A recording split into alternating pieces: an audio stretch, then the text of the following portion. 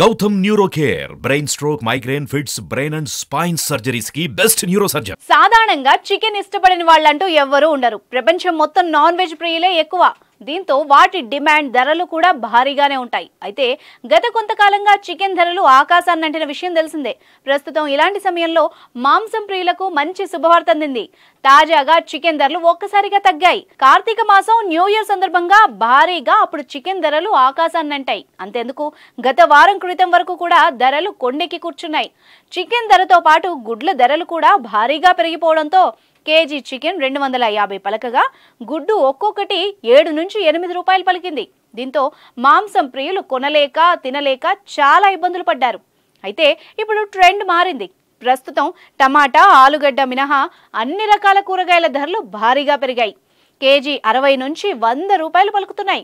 KG టమాటా 20 రూపాయలు ఉండగా ఆలు 30 రూపాయలు పలుకుతోంది. దీంతో చాలా మంది కూరగాయలు కొనే కంటే చికెన్ కొనడం మేలని అటువైపు చూస్తున్నారు. ఇంతకీ కేజీ చికెన్ ధర ఎంతంటే ప్రస్తుతం కిలో స్కిన్లెస్ 150 నుంచి 160 రూపాయలకు విక్రయిస్తున్నారు. విత్ స్కిన్ 120 రూపాయలు పలుకుతోంది. డిమాండ్ కంటే సప్లై ఎక్కువగా ఉండడంతో ధర తగ్గినట్టు తెలుస్తోంది. తగ్గిన ఈ ధరలు ఈ సంక్రాంతి వరకు ఇలాగే కొనసాగితే పండగ సీజన్లో భారీగా విక్రయాలు జరిగే అవకాశం ఉందని వ్యాపారులు అంచనా వేస్తున్నారు. ఏది ఏమైనా పండగ వేళ మాంసం ప్రియులకు కావాల్సింది ఇలాంటి వార్తే మరి.